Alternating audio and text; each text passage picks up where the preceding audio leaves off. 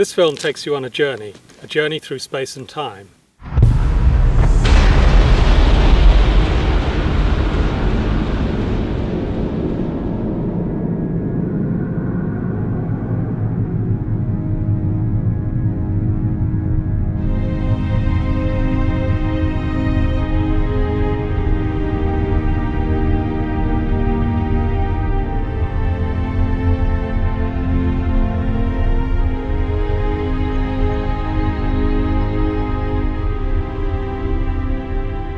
I want to tell you the story of an instrument that has vastly improved our view of the skies, sharpening our perception of the universe and penetrating ever deeper toward the furthest edges of time and space.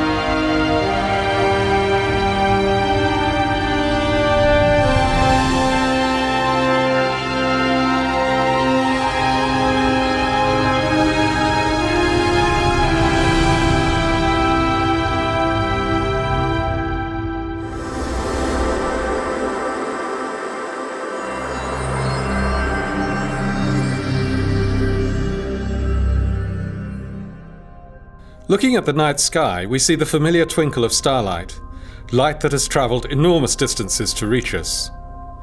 But we're not seeing the stars themselves flicker. The universe is gloriously transparent. The light from distant stars and galaxies can travel unchanged across space for thousands, millions, even billions of years.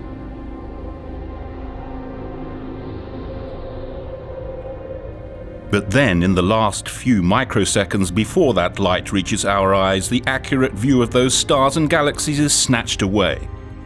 This is because, as light passes through our atmosphere, the ever-changing blankets of air, water vapor and dust blur the fine cosmic details. So for many years, astronomers around the world longed for an observatory in space. As early as 1923, the famed German rocket scientist Hermann Oberth suggested a space-based telescope. However, it would be decades before technology caught up with the dream. The American astronomer Lyman Spitzer came up with a more realistic plan for a space telescope in 1946.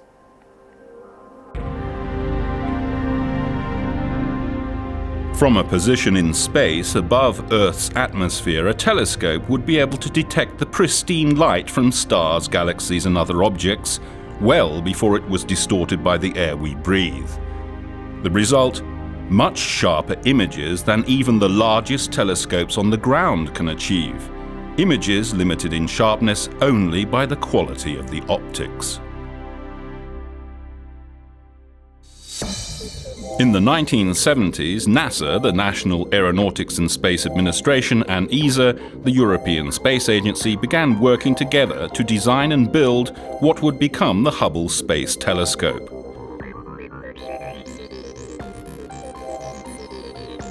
The name is a tribute to Edwin Powell Hubble, the founder of modern cosmology, who in the 1920s proved that not all that we see in the sky lies within the Milky Way.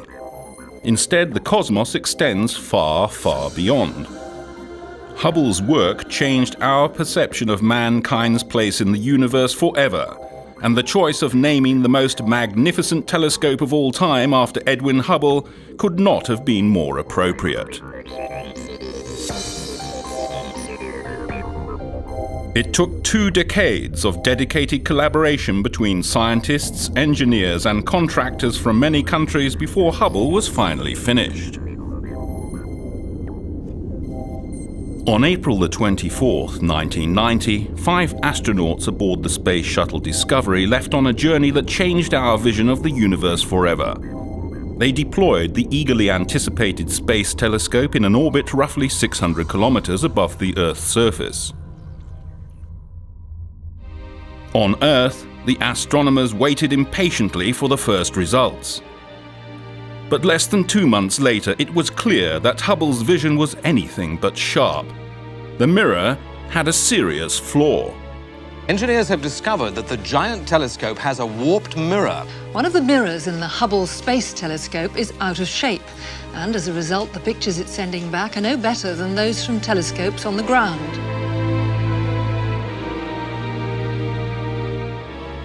A defect in the shape of the mirror prevented Hubble from taking sharp images. The mirror's edge was too flat, by only a mere 50th of the width of a human hair. But to accomplish its mission, Hubble had to be perfect in every tiny detail. The disappointment was almost too great to bear. Not only amongst astronomers, but also for American and European taxpayers. Nevertheless, over the following 2 years, scientists and engineers from NASA and ESA worked together to design and build a corrective optics package named COSTAR, for Corrective Optics Space Telescope Axial Replacement. Hubble's masters now faced another tough decision. Which science instrument should they remove so that COSTAR could be fitted to Hubble? They eventually chose the high-speed photometer.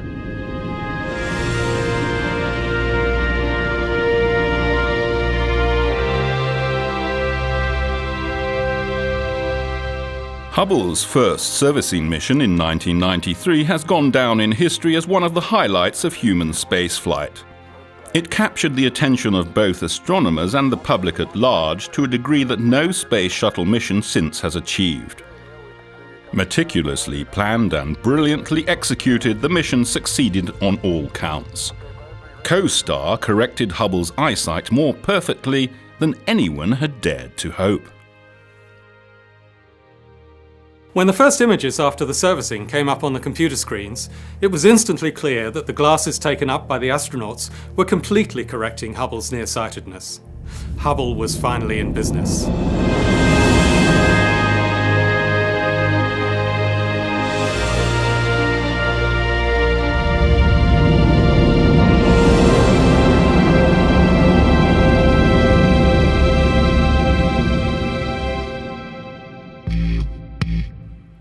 That was only the first time the Space Shuttle visited Hubble. The telescope was designed to be upgraded, to keep utilizing new capabilities. When more advanced instruments, electrical or mechanical components became available, they could be installed. Plus, just as your car needs servicing, so Hubble needs tuning up from time to time. Engineers and scientists periodically send the shuttle to Hubble so that astronauts can upgrade it using wrenches, screwdrivers and power tools, just as your mechanic does with a car. There have been 4 servicing missions so far, in 1993, 97, 99 and 2002, all undertaken by astronauts transported into space by NASA's Space Shuttle.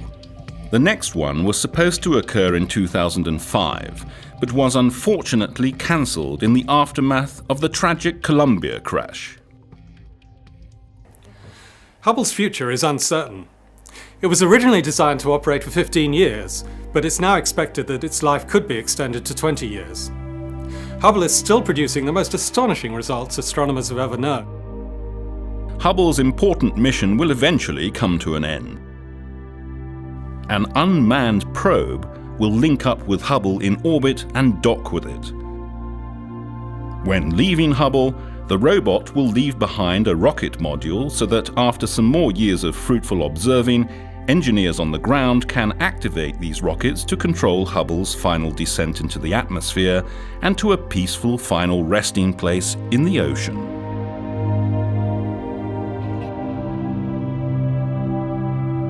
However, the retirement of the Hubble Space Telescope will not signal the end of our unrivaled view of the universe. Rather, it will mark a new beginning, an era of even more amazing discoveries and images from space. For Hubble has a successor. The James Webb Space Telescope is being designed right now and may be launched as early as 2011. When that day comes, scientists using the James Webb Space Telescope hope to discover and understand even more about our fascinating universe.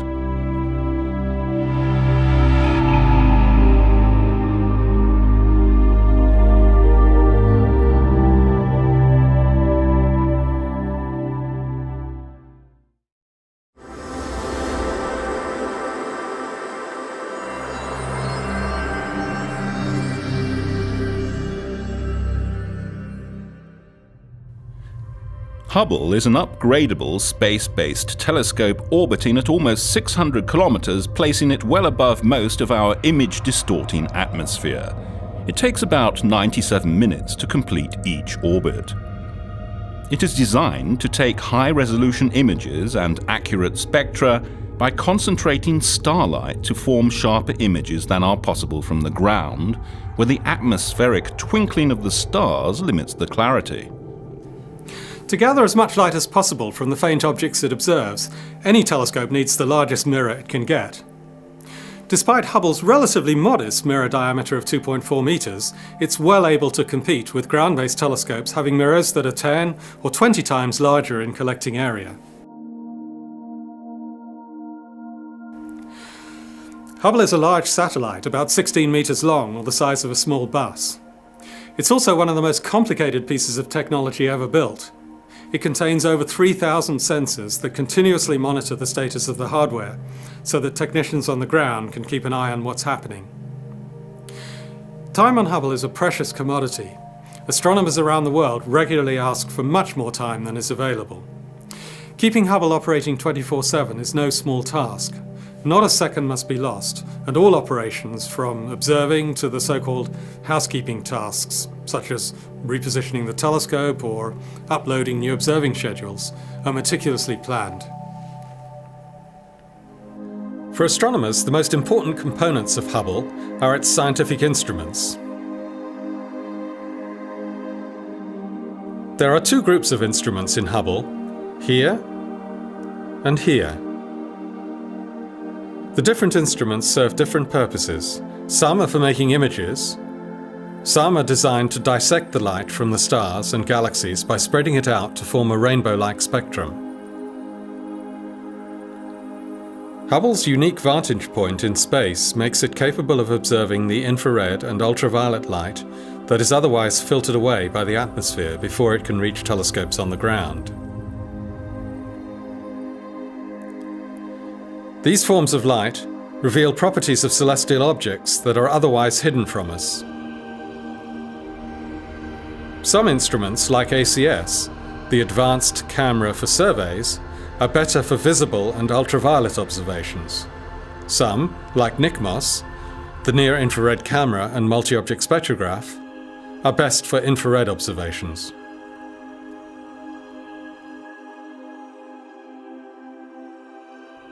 Different mechanical and electrical components keep Hubble functioning. The power for Hubble comes from solar panels on the side which convert sunlight into electricity.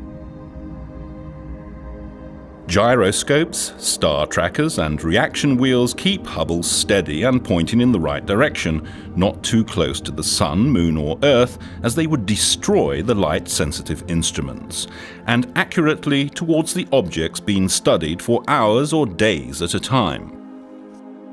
Hubble has several communication antennae on its side that are necessary for sending observations and other data down to Earth. Hubble sends its data first to a satellite in the Tracking and Data Relay Satellite System, which then downlinks the signal to White Sands, New Mexico. The observations are sent from NASA in the United States to Europe, where they are stored in a huge data archive in Munich.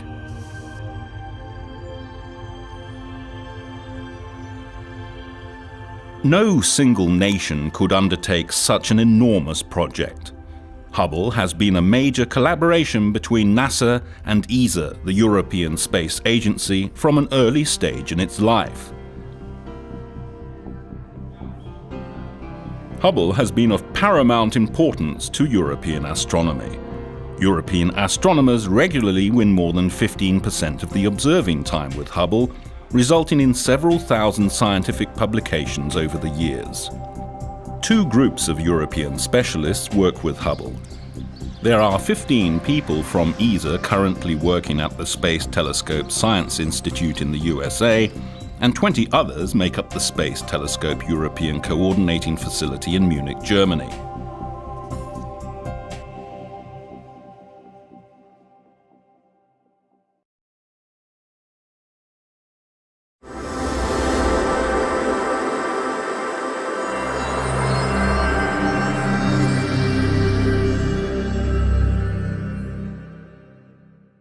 There are no boundaries in space. In this vast universe, our closest relatives are the objects within the solar system. We share the same origin and the same destiny.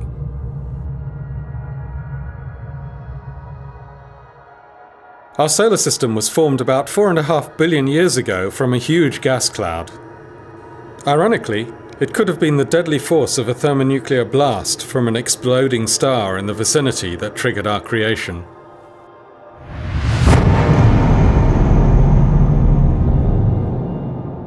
The devastating force of the blast may have disturbed the precarious equilibrium of the original gas cloud, causing some of the matter to collapse inwards towards the center, creating a new star, our Sun, and a minute percentage of the collapsing matter became the multifaceted assembly of planets that we have around us today.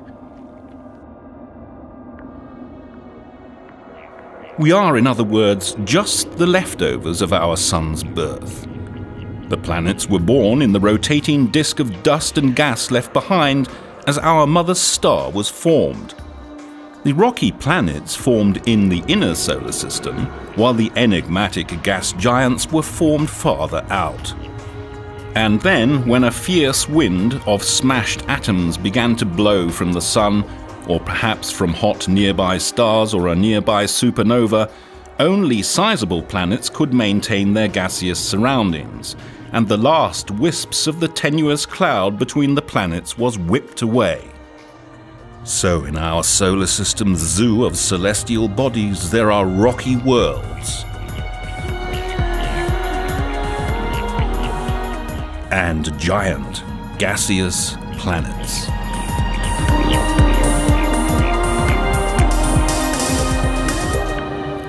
Even now, there's no exact estimate of the amount of matter, or even the number of planets that exist in the solar system. Since Pluto's discovery in the 1930s and its satellite Charons in the 1970s, astronomers have been trying to figure out if there's anything else out there beyond the 9th planet. In 2003, Hubble spotted something moving fast enough across the background of faraway stars to be an object within the solar system. Estimates show that it could be about the size of a planet, and it's been named Sedna, after an Inuit goddess. Sedna may be 1,500 kilometers in diameter. That's about 3/4 the size of Pluto, but so far away that it appears just as a small cluster of pixels, even to Hubble. Nevertheless, it's the largest object discovered in the solar system since Pluto. The Sun is about 15 billion kilometers from Sedna, 100 times further than Earth's distance from the Sun, and barely gives out as much light and heat as the full moon. So Sedna is engulfed in an eternal bleak winter. Sedna is not the only mysterious object out there. Debris from the formation of the planets is still floating everywhere in the form of asteroids and comets of various shapes and sizes. Sometimes their orbits can lead them on catastrophic courses. The Hubble Space Telescope witnessed the final journey of the comet Shoemaker-Levy 9. It was torn into numerous pieces by Jupiter's gravitational pull when it passed the massive planet in the summer of 1992. 2 years later, these fragments returned and drove straight into the heart of Jupiter's atmosphere. Hubble followed the comet fragments on their last journey and delivered stunning high-resolution images of the impact scars. Our Earth could easily fit into any of these black bruises.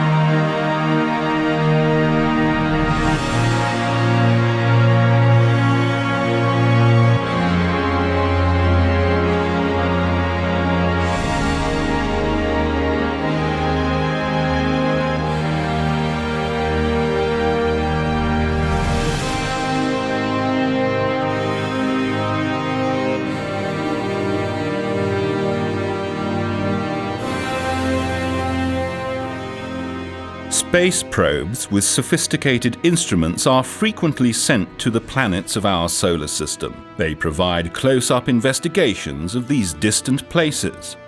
Hubble too provides its own unique service by opening a window on our solar system that is never closed.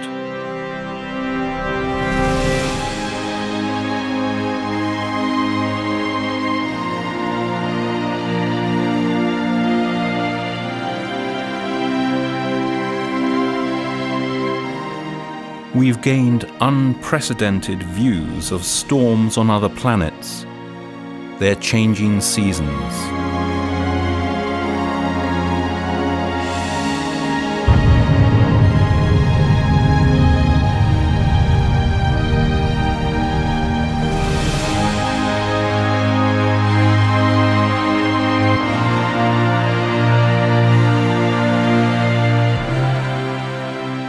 And unprecedented views of other atmospheric events, such as aurorae, known on Earth as the Northern and Southern Lights.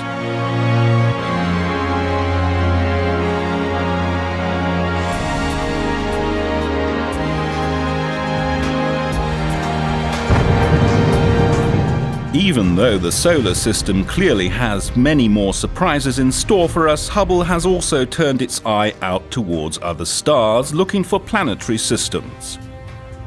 Astronomers are beginning their search for life elsewhere in the universe.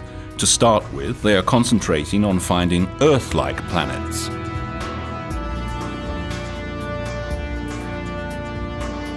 In 2001, Hubble made the first direct detection of the atmosphere of an extrasolar planet and partially determined its composition. Measuring the chemical makeup of extrasolar planetary atmospheres will one day allow us to search for the markers of life beyond Earth. All living things breathe, and this changes the composition of the atmosphere in readily detectable ways. Astronomers believe there are many planetary systems similar to ours, orbiting other stars throughout the galaxy. The birth, life, death, and rebirth of stars continues in an unending cycle, in which stars born of gas and dust will shine for millions or billions of years, die and return as gas and dust to form new stars. The byproducts of this continual process include planets and the chemical elements that make life possible. So throughout the entire vastness of space, the eternal ebb and flow of life continues.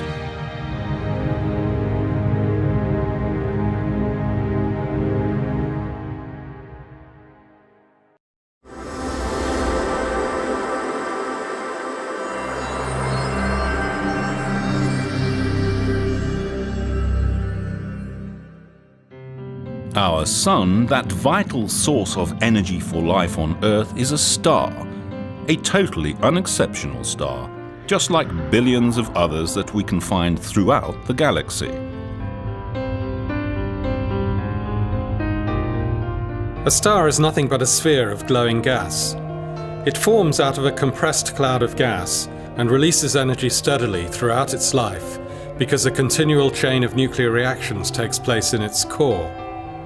Most stars combine hydrogen atoms to form helium through the process called nuclear fusion, the same process that powers a devastating hydrogen bomb. In fact, stars are nuclear factories that convert lighter elements into heavier elements in a series of fusion reactions. They will keep glowing until they run out of fuel. And that's it, a star's life, a quiet beginning and a steady progress to a sometimes violent end. But how can we be certain of this picture when an individual star like the Sun outlives humans by a factor of a few 100 million?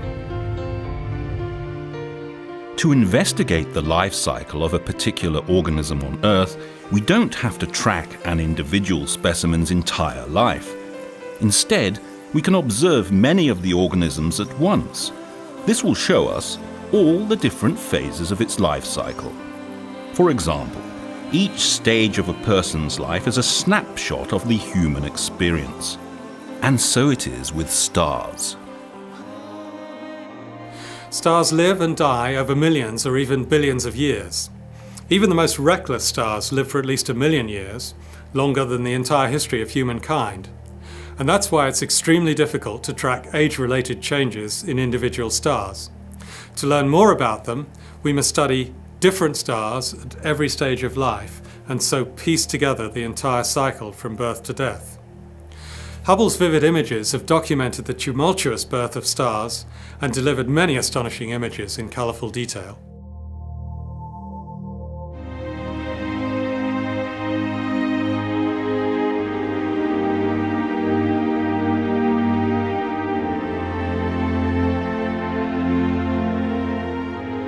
The birth of stars in neighbouring stellar maternity wards can be used as a time machine to replay the events that created our solar system.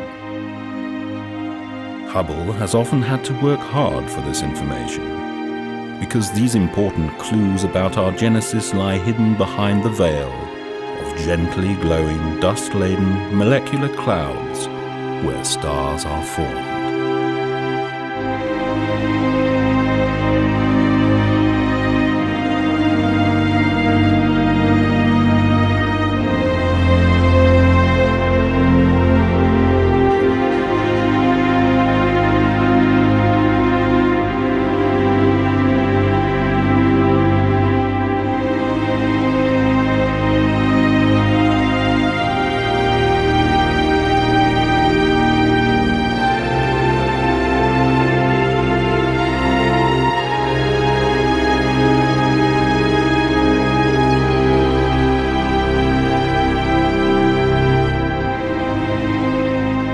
Right now, there are stars forming everywhere in the universe.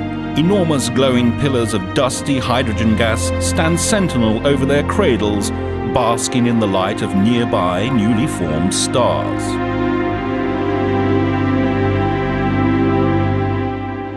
Hubble's ability to observe infrared light enables it to penetrate the dust and gas and reveal the newly born stars as never before.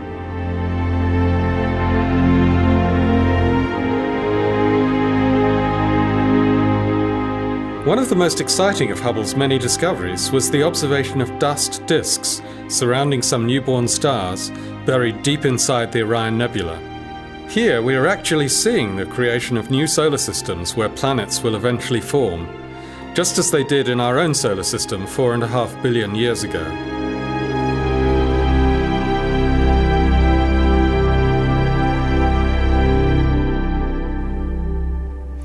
In the first stages of their lives, stars can stock up on gas from their original birth cloud.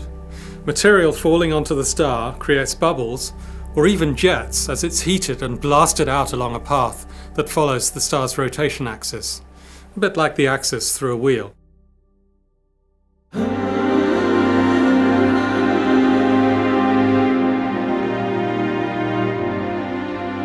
Often, many stars are born from the same cloud of gas and dust. Some may stay together through their whole lifetime, keeping step as they evolve, like childhood friends that you keep for life. The stars in a cluster will all have the same age, but will have a range of different masses, and this means that very different destinies await them.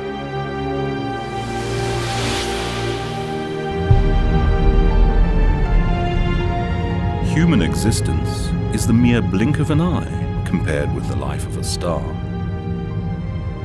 So the direct observation of a transition between different stages of a star's life can only come about by lucky chance. In 15 highly productive years, Hubble has allowed us to observe some stars aging in real time.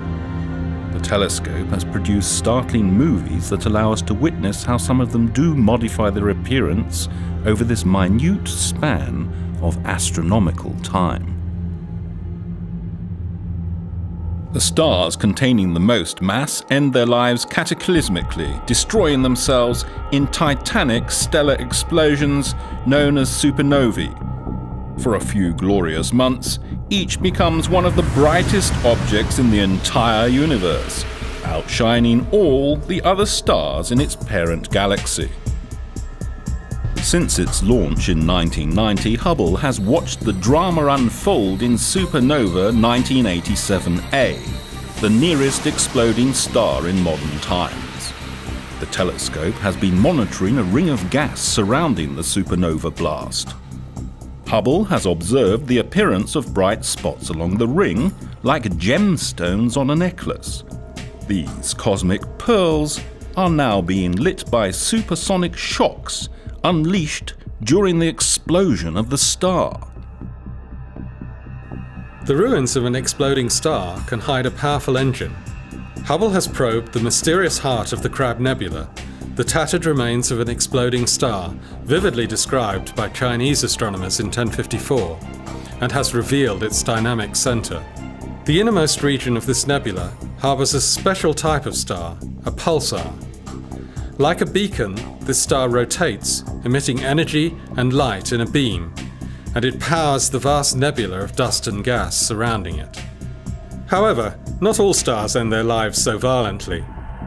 Sun-like stars cool down once they run out of hydrogen. The center collapses in on itself and the heavier elements are burnt, causing the outer layers to expand and leak slowly into space. At this stage in a star's life, it's called a red giant.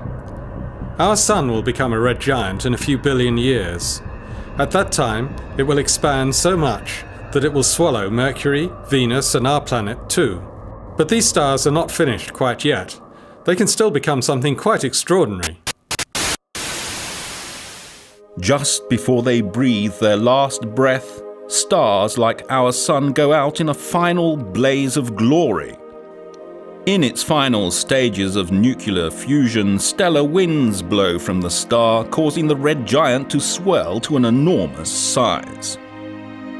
At the heart of this expansion, the exposed heart of the star floods the gaseous envelope with powerful ultraviolet light, making it glow. Because to early telescopic astronomers these amazing constructions looked a bit like the newly discovered planet Uranus, they became known as planetary nebulae. Hubble's keen perception shows that planetary nebulae are like butterflies. No two are alike.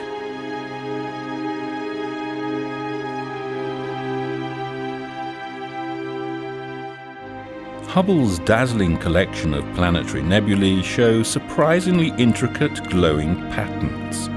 Pinwheels, swirling jets, elegant goblet shapes, barrel shapes, or even rocket engine exhausts.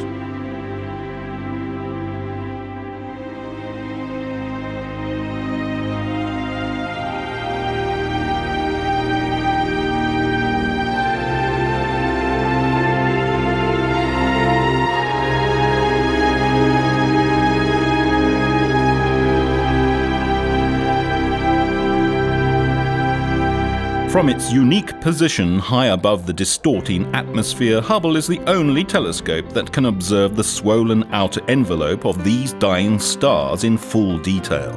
Here we flip back and forth between Hubble images from 1994 and 2002. One of the greatest mysteries in modern astrophysics is how a simple spherical gas ball such as our Sun can give rise to these intricate structures. For some planetary nebulae, It is as if a cosmic garden sprinkler created the jets that stream out in opposite directions. Or could these amazing patterns possibly be sculpted by the magnetic field of a companion star that funnels the emitted gas into a jet?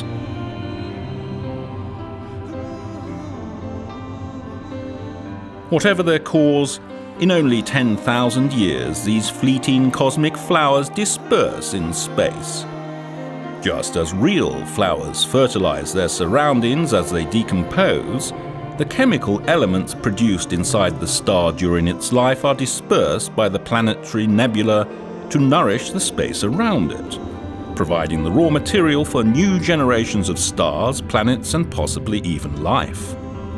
Because they disappear so quickly on a cosmic timescale, there are never more than about 15,000 planetary nebulae at any one time in our Milky Way. A more lasting monument to the dead star is the tiny heart it leaves behind. Known as a white dwarf, each of these exceptionally dense Earth-sized stars are fated to spend the rest of eternity gradually leaking their residual heat into space, until eventually, in many billions of years, they approach the frigid, minus 270 degrees centigrade of space.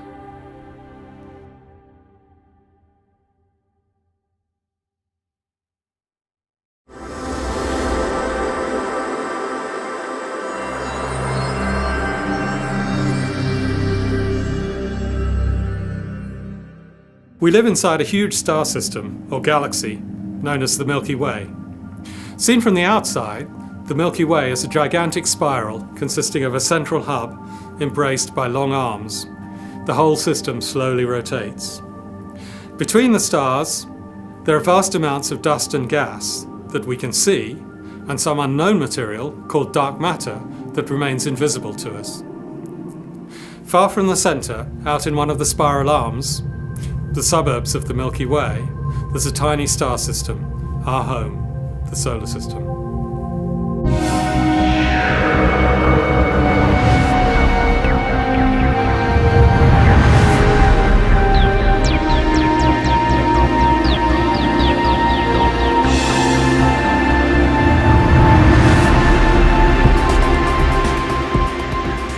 When we look up on a clear night, we can see about 5,000 of the closest stars.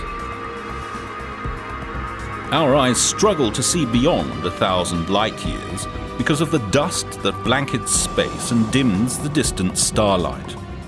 So without a telescope, we can only see a minute portion of the entire 100,000 light-year wide Milky Way.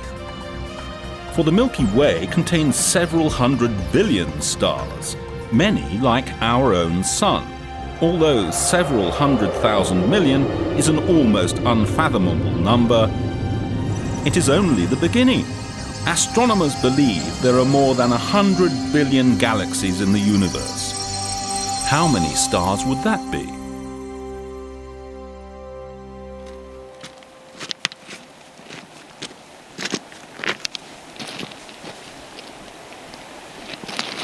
In a handful of sand, there can easily be 50,000 individual grains. Our Milky Way contains so many stars there can scarcely be enough grains of sand on a whole beach. There are so many galaxies containing so many stars in the universe that we would have to count every grain of sand on every beach on the whole Earth in order even to come close to the right number, and then there would be more stars in the universe.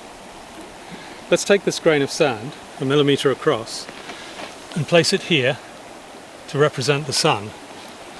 If we were to start walking towards the nearest star, it would take us the best part of a day to get there. We'd have to travel something like 30 kilometres.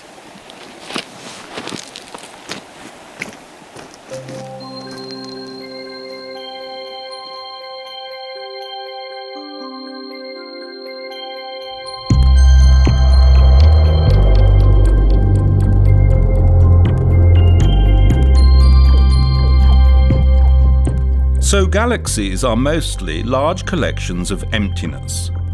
If we could squeeze together all the stars in the Milky Way, they would easily fit into the volume of space between our Sun and the nearest star. In fact, to completely fill that volume, we would have to pack in all the stars from all the galaxies in the entire universe.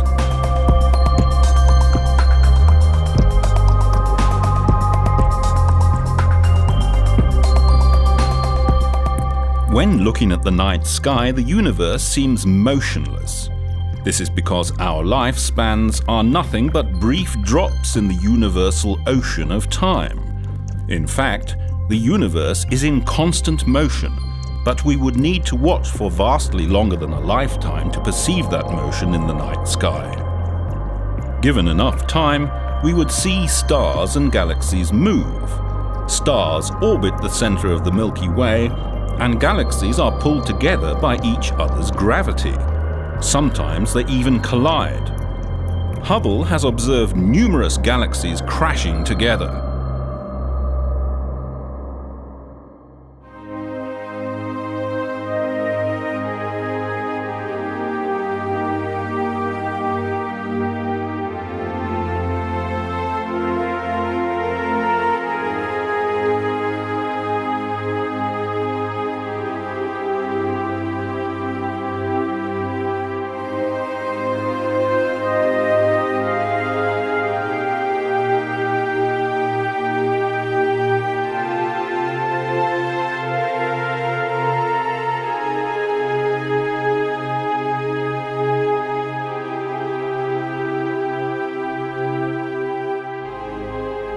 Like majestic ships in the grandest night, galaxies can slip ever closer until their mutual gravitational interaction begins to mold them into intricate figures that are finally and irreversibly woven together.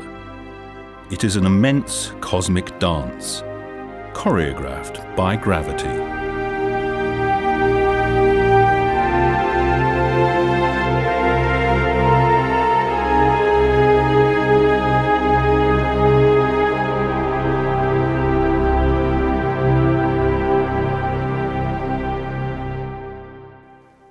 When two galaxies collide, it's not like a car crash or two billiard balls hitting each other.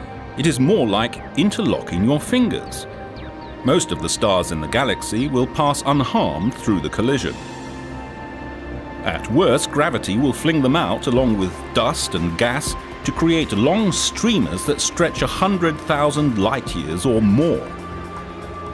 The two galaxies, trapped in their deadly gravitational embrace, will continue to orbit each other, ripping out more gas and stars to add to the tails. Eventually, hundreds of millions of years from now, the two galaxies will settle into a single combined galaxy. It is believed that many present-day galaxies, including the Milky Way, were assembled from such a coalescence of smaller galaxies occurring over billions of years. Triggered by the colossal and violent interaction between the galaxies, stars form from large clouds of gas in firework bursts, creating brilliant blue star clusters. Our own Milky Way is on a collision course with the nearest large galaxy, the Andromeda Galaxy.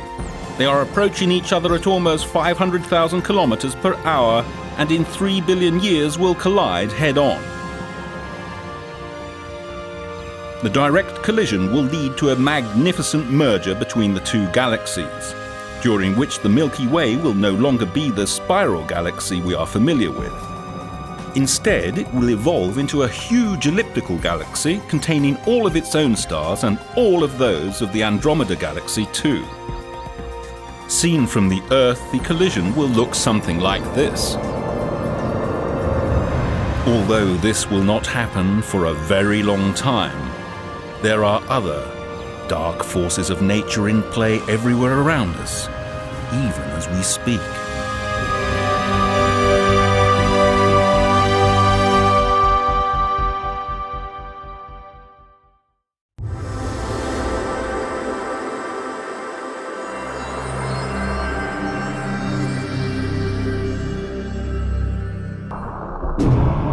Black holes are the enigmatic villains of the universe, swallowing all that comes their way, allowing nothing to escape. So for astronomers, the centre of a black hole is the ultimate unknown. No information can escape from within a black hole's gravitational stronghold. There is no way to find out what is in there. Not even light can escape. So how do we know that they are even there?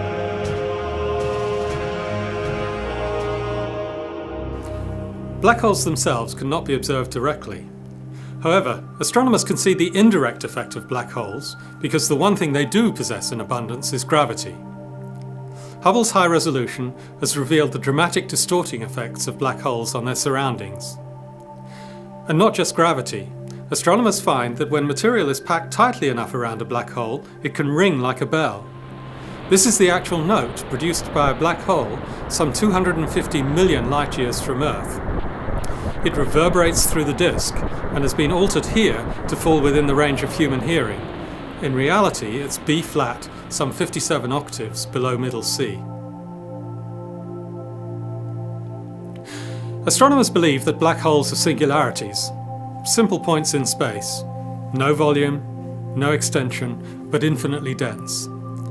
Black holes can be created during the final collapse of a massive star many times the size of the Sun. The stellar corpse left after the demise and collapse of a massive star can be so heavy that no force in nature can prevent it crumpling under its own weight into an infinitely small volume. Although matter has apparently disappeared, having been compacted into nothingness, it still exerts a powerful gravitational pull, and any stars or other objects that come too close can be pulled in. For any black hole, there is a point of no return called the event horizon. Once something, a nearby star, say, is pulled in past this point, it will never be seen again. On its way towards the event horizon, the doomed star will begin to follow a fatal spiraling orbit. As the star approaches the black hole still further, the matter closest to the hole feels a greater attraction than the rest of the star, sucking and stretching the star out towards the hole, until the immense tidal forces pull it to pieces and devour it.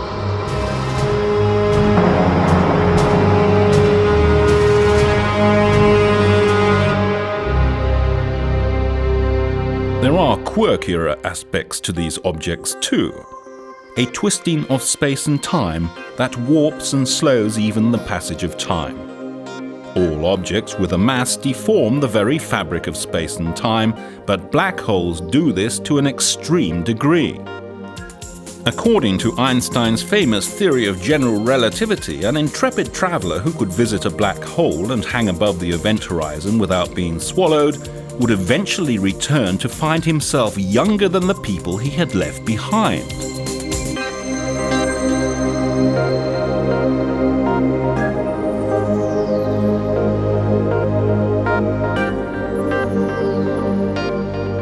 Perhaps the most curious objects astronomers have hypothesized about are wormholes. A wormhole is essentially a short cut through space-time from one point in the universe to another point in the universe. Maybe wormholes, if they exist, will someday allow travel between regions in space faster than it would take light to make the journey through normal space.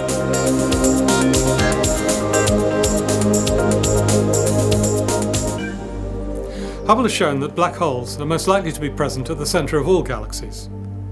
There's one at the centre of our Milky Way, a giant, supermassive black hole, perhaps 1 million times bigger than those produced by the collapse of a single massive star. It could be the result of a merger of many stellar-sized black holes formed during the remote history of our galaxy.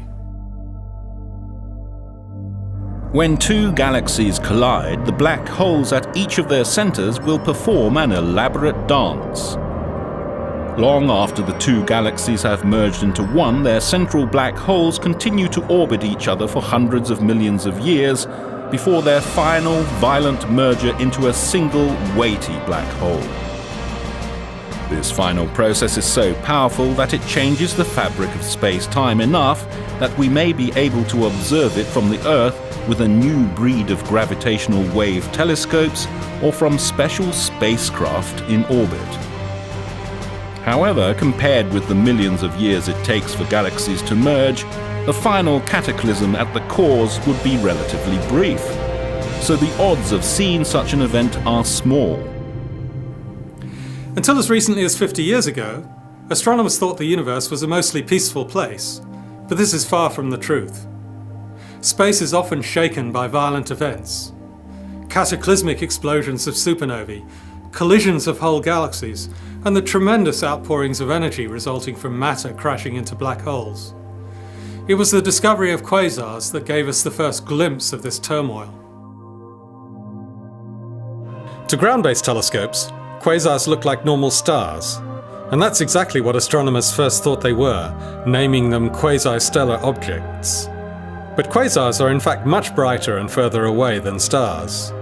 They can shine more brightly than 1,000 normal galaxies and are powered by supermassive black holes. Stars that orbit too close are pulled apart, draining into the quasar-like water into an enormous cosmic sink. The spiraling gas forms a thick disk heated to a high temperature by its free-fall motion towards the black hole. The gas blasts its energy into space above and below the disk in colossal jets. Quasars are found in a wide range of galaxies, many of which are violently colliding. There may be a variety of mechanisms for igniting quasars. Collisions between pairs of galaxies could trigger the birth of quasars, but Hubble has shown that even apparently normal, undisturbed galaxies harbour quasars. But quasars are not the only high-energy objects astronomers have found. A serendipitous discovery is something you make whilst looking for something else. Such events have often changed the course of astronomy. Gamma-ray bursts were discovered serendipitously in the late 1960s by US military satellites on the lookout for Soviet nuclear tests. Instead of finding the most devastating detonations produced by humans, some of the most powerful blasts in the entire universe were spotted.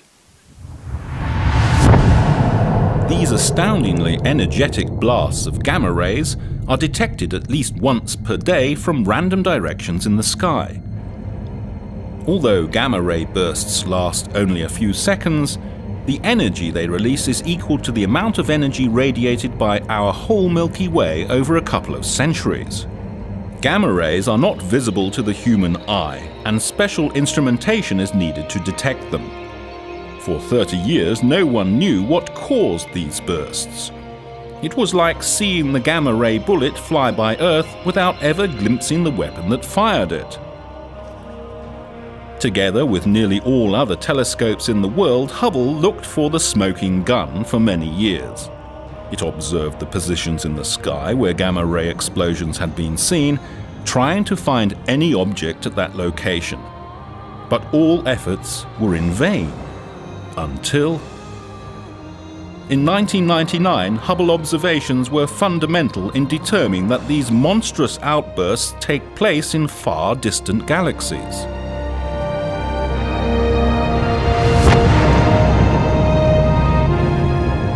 The cause could be the blast produced in the final cataclysmic collapse of a massive star, or the dramatic encounter of two very dense objects such as two black holes, or a black hole and a neutron star.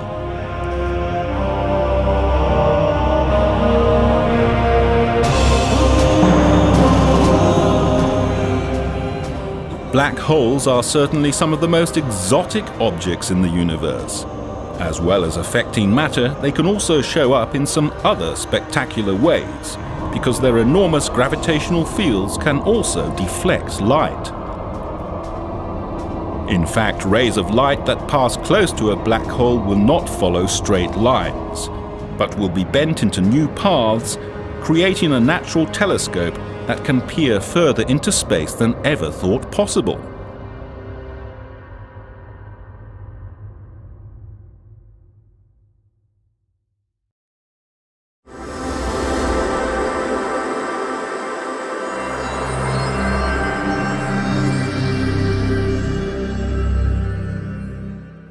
Just as a wanderer in the desert sees a mirage when light from remote objects is bent by the warm air hovering just above the sand, we may also see mirages in the universe. The The mirages we see with a modern telescope such as the Hubble Space Telescope do not arise from warm air, but instead from remote clusters of galaxies, huge concentrations of matter. Long ago, some people thought the Earth was flat. This is not surprising, since in our everyday lives, we're not aware of the curvature of our planet. Space is actually curved, although we can't see that for ourselves on a starry night. The curvature of space does, however, produce phenomena that astronomers can see.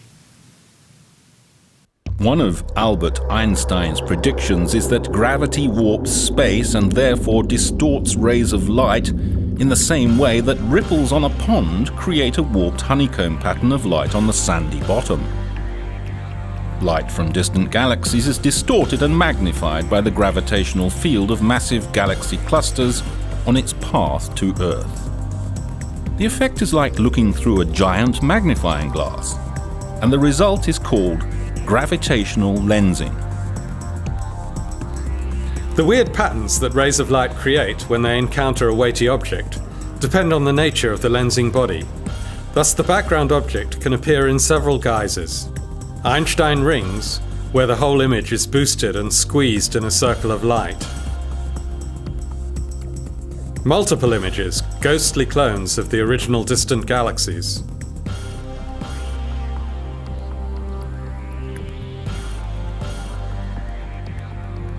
Or distorted into banana-like arcs and arclets.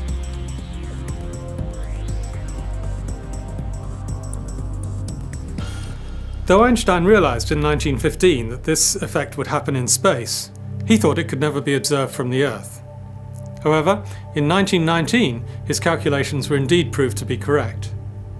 During a solar eclipse expedition to Principe Island near the west coast of Africa, led by the renowned British astronomer Arthur Eddington, the positions of stars near the obscured solar disk were observed. It was found that the stars had moved a small but measurable distance outwards on the sky compared with when the Sun was not in the vicinity.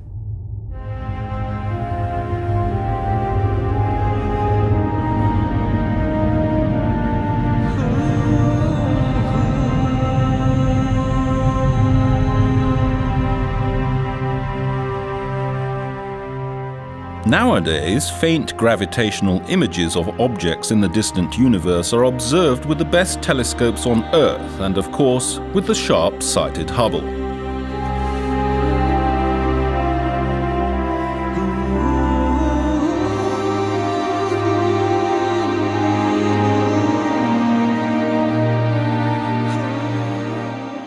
Hubble was the first telescope to resolve details within the multiple arcs, revealing the form and internal structure of the lensed background objects directly.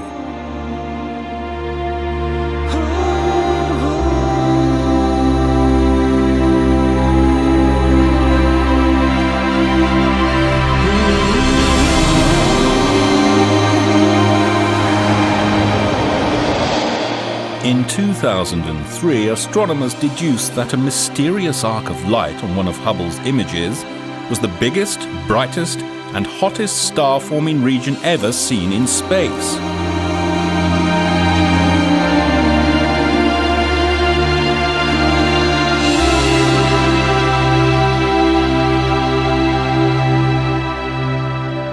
It takes fairly massive objects, for example clusters of galaxies, to make space curve so much that the effect becomes visible in deep images of the distant universe, even with Hubble's astonishing resolution. And so far, gravitational lenses have been observed mainly around clusters of galaxies, which are collections of hundreds or thousands of galaxies and are thought to be the largest gravitationally bound structures in the universe.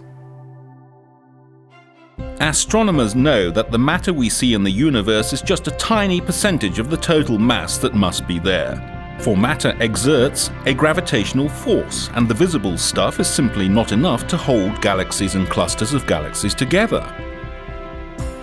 Since the amount of warping of the banana-shaped images depends on the total mass of the lens, gravitational lensing can be used to weigh clusters and to understand the distribution of the hidden dark matter.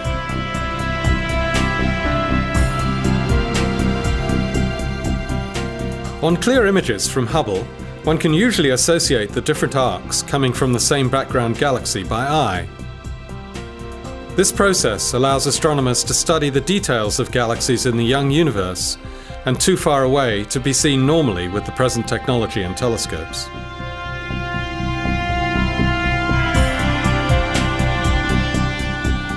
A gravitational lens can even act as a kind of natural telescope.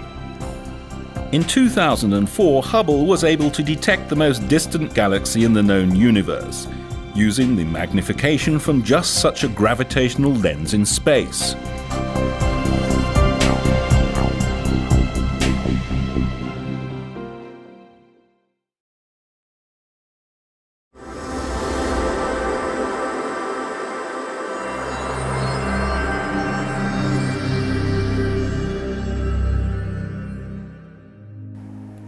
Light may travel through a vacuum at the highest speed anything can ever reach, but it's still a finite speed. This means that it takes a while for light rays to travel between 2 points in space. The speed of light in space is about 300,000 kilometers per second. Now 300,000 kilometers is nearly the distance from the Earth to the Moon, and so it takes just over a second for light to travel from the Moon to the Earth. So when we look at the Moon, we're seeing it as it was just over a second ago. Who hasn't thought about what it would be like to travel in time? The finite speed of light enables us to get close by allowing us to look back in time.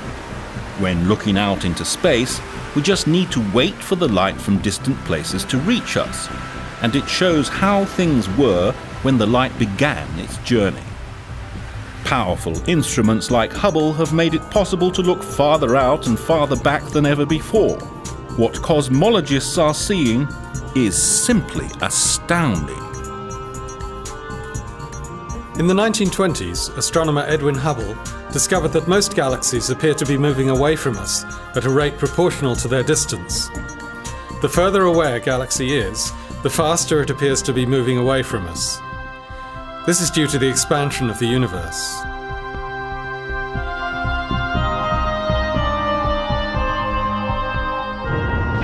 That expansion began in a titanic explosion called the Big Bang many billions of years ago.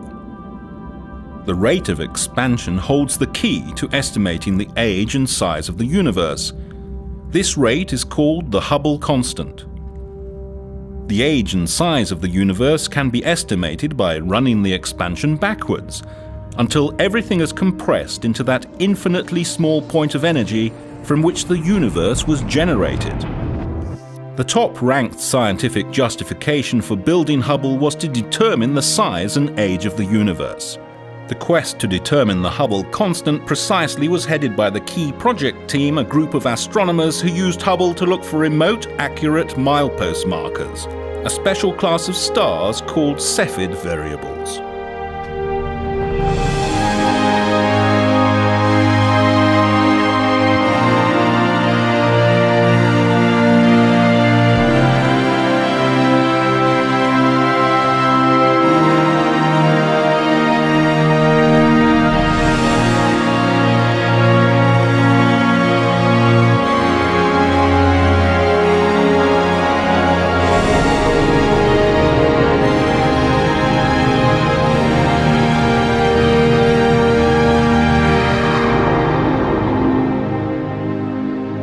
Cepheids have very stable and predictable brightness variations.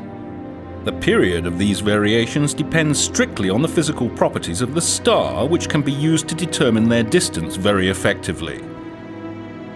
For this reason, these stars are better known as standard candles. The Cepheids have been used as reliable stepping stones to make distance measurements for supernovae, which are much brighter than Cepheids and so can be seen at far greater distances. Hubble has measured the light from supernova explosions more accurately than any other instrument, mostly due to its high resolution. From the ground, the image of a supernova generally blends in with the image of its host galaxy. Hubble can clearly distinguish the light from the two sources. Cepheids and supernovae have given a measure of the scale of the universe. Today we know the age of the universe to a much higher precision than ever before. around 14 billion years. For many years, astronomers have discussed whether the expansion of the universe would stop in some distant future, making the universe collapse in a fiery big crunch, or whether it would continue to expand ever more slowly. Combined observations of distant supernovae with Hubble and most of the world's top-class telescopes were used to measure distances to remote supernovae. And it looks like the expansion of our universe is nowhere near slowing down. Instead, it seems to be speeding up.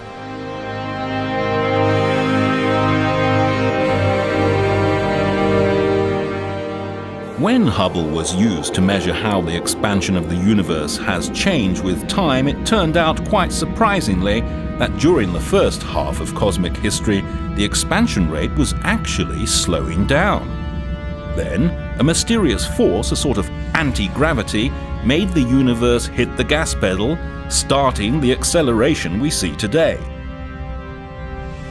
This suggests an extraordinary fate for the universe, because it implies that the anti-gravity force is getting stronger all the time. If this continues, it will eventually overwhelm all gravity and catapult the universe into a super-fast acceleration that will shred everything into its constituent atoms. Cosmologists have called this nightmare scenario the Big Rip.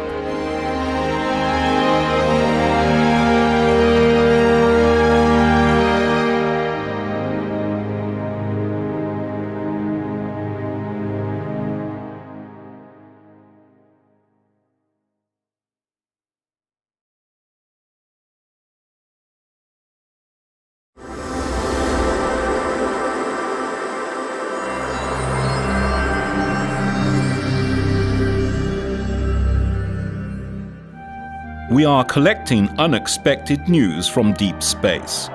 Just as geologists dig deeper underground to find ever more ancient fossils bearing witness to ever more remote epochs, so astronomers excavate deeper and deeper towards the beginning of time by looking for light coming from fainter and thus more distant objects.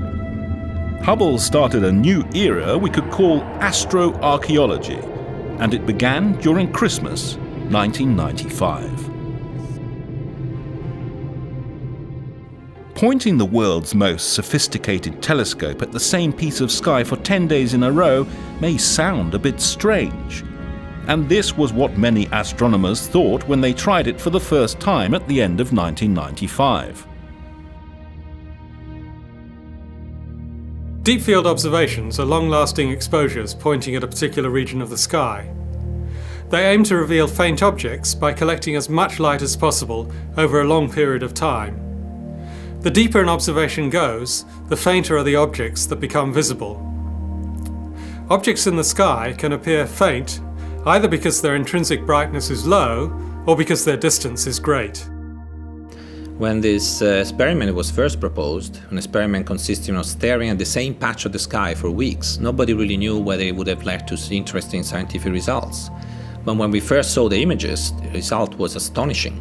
We could see more than 3,000 galaxies in this small field. The observed region of sky in Ursa Major, the Big Dipper, was carefully selected to be as empty as possible, so that Hubble would look far beyond the stars of our own Milky Way and out past nearby galaxies.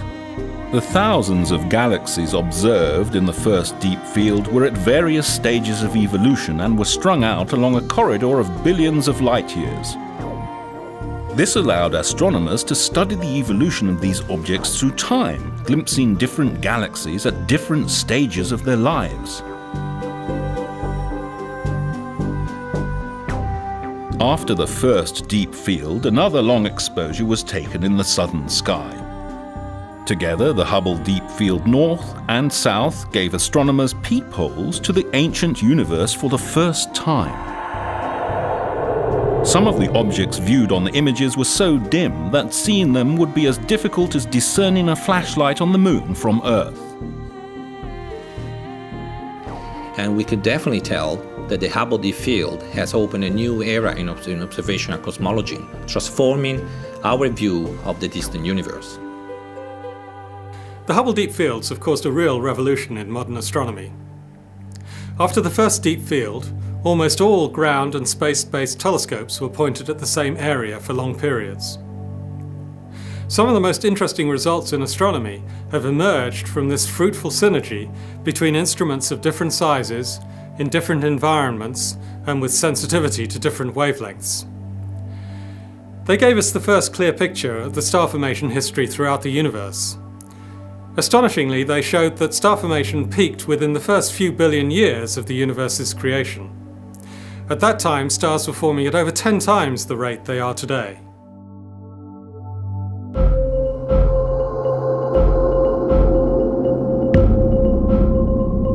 Once they had begun to discover the most distant universe ever seen, Hubble astronomers tried to push their observations even farther back in time. In 2003 and 2004, Hubble performed its deepest exposure ever, the Hubble Ultra Deep Field. It is a 28-day-long exposure, going much deeper than the earlier Hubble Deep Fields north and south.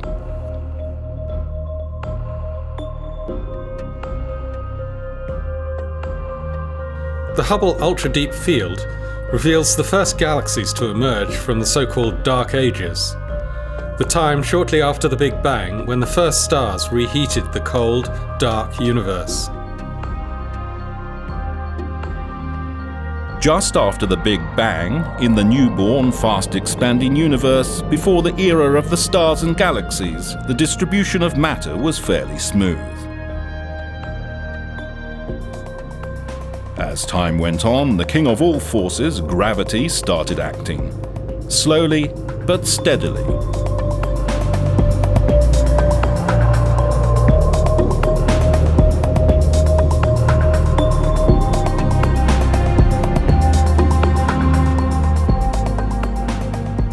Under the influence of gravity from the mysterious dark matter, small clumps of normal matter started to coalesce in regions where the density was slightly higher than average. With no stars to light up space, the universe was in its dark age.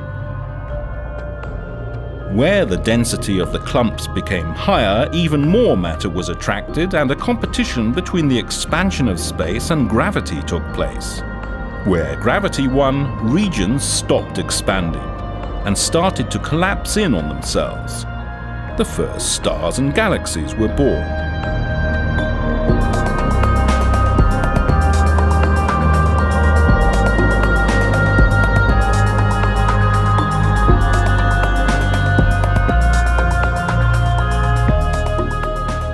Where the matter density was highest, at the intersections between the large web-like structures of matter, the largest structures we know were formed, clusters of galaxies.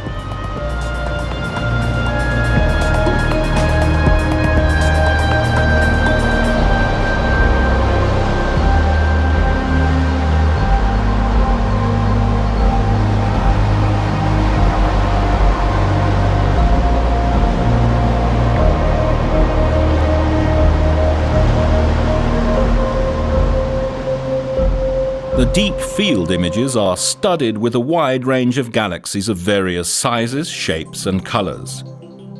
Astronomers will spend years studying the myriad shapes of the galaxies in this image to understand how they formed and have evolved since the Big Bang. In vibrant contrast to the image's rich harvest of classic spiral and elliptical galaxies, there is also a zoo of oddball galaxies littering the field. Some look like toothpicks, others like links on a bracelet. A few appear to be interacting with each other. Their strange shapes are a far cry from the majestic spiral and elliptical galaxies we see today. These oddball galaxies chronicle a period when the universe was more chaotic, when order and structure were just beginning to emerge. One of the great things about Hubble is that there are many instruments on board that can make different observations at the same time. The Hubble Ultra Deep Field is actually two separate images taken by two instruments, Hubble's ACS camera and the NICMOS instrument. NICMOS sees even further than the ACS. It detects infrared light, And so it's able to reveal the furthest galaxies ever seen because the expanding universe has stretched and weakened the light from these objects so much that they're now only visible at infrared wavelengths.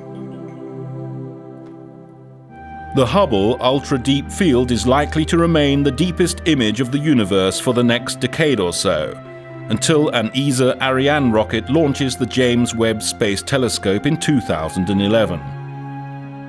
Up until today, during the first 15 years of its life, Hubble has orbited the Earth 80,000 times. This is the same as 3.5 billion kilometers, or 24 times the distance from the Earth to the Sun. Hubble has taken more than 500,000 exposures of the universe and created a visual heritage that has shaped the way humanity looks at the universe today.